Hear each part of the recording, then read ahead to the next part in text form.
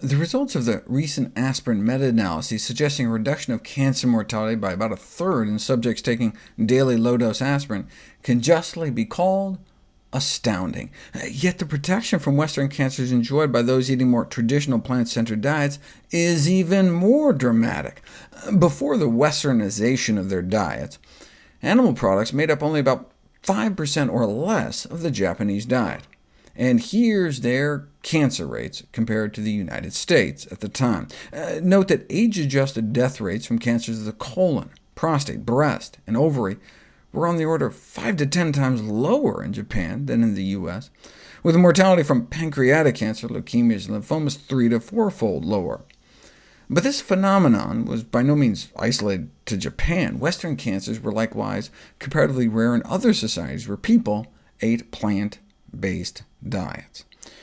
The cancer protection afforded by lifelong consumption of a plant-based diet, in conjunction with the leanness and insulin sensitivity that tends to come along with it, may be very substantial indeed. Therefore, a lifestyle protocol for minimizing cancer risk may include a whole food, plant-based diet.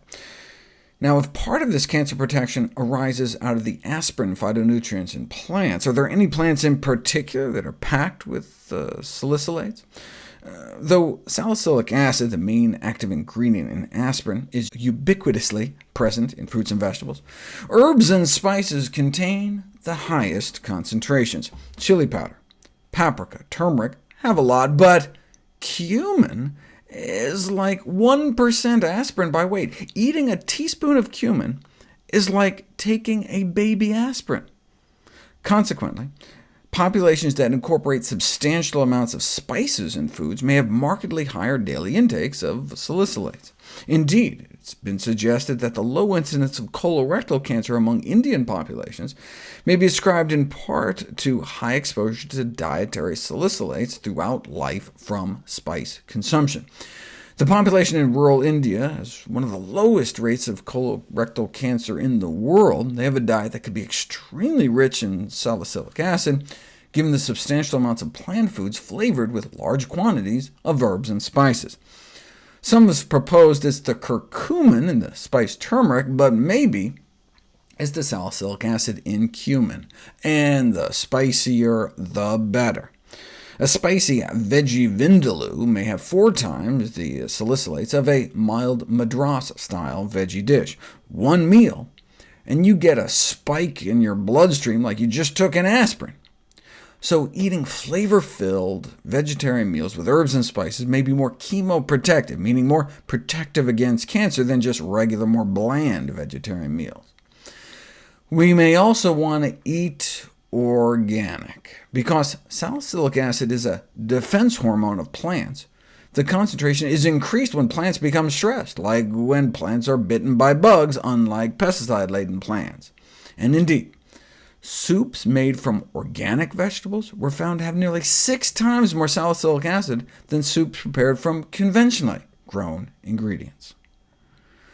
We should also choose whole foods. Whole grains breads, which are high in salicylic acid, contain about 100 times more phytochemicals than white bread, 800 perhaps compared to 8. That does raise the question, though, what about the other 799? Interest in the potential beneficial effects of dietary salicylates has risen in part because of the extensive literature on the disease-preventative effects of aspirin. However, it should not be forgotten that plant products found to contain salicylic acid are generally rich sources of a whole long list of other phytonutrients, many of which have marked anti-inflammatory and antioxidant activity as well. Their potential protective effects should therefore not be overlooked. In this context, the importance of dietary salicylic acid should not perhaps be overemphasized. Indeed, some believe that salicylic acid deficiency has such important public health implications that it should be classed as an essential vitamin, namely vitamin S. But what they're really saying is that we should all just have to eat a lot of plants.